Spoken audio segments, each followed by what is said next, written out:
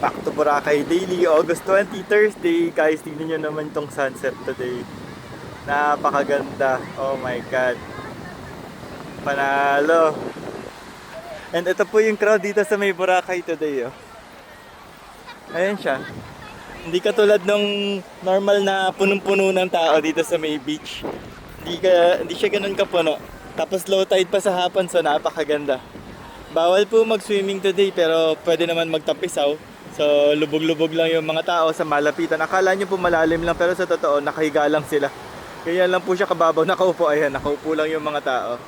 Mababaw lang po dyan. Kasi nga po tingnan nyo, kung magkakaroon man ng tubig dito, napakababaw lang din kasi halos flat pa rin yung sahig.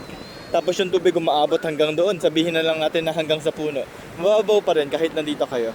Pero malayo-layo na po yung mga puno.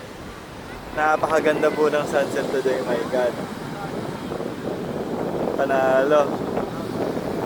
Anyway, pinakita ko lang sa inyo kasi nga ang dami nagsasabi buti pa dito sa Boracay, buti pa dito sa Boracay. Napakaganda nga daw po. So ayan, napakasaya.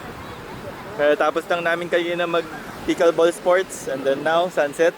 Tapos ngayon, magdi-dinner naman kami sa may Bangkok Falls. Pupunta kami sa U Hotel, meron doon buffet na naman na Thai food. So enjoy namin 'yon kasama yung Australian friend namin na highly recommended po niya yung area na 'yon.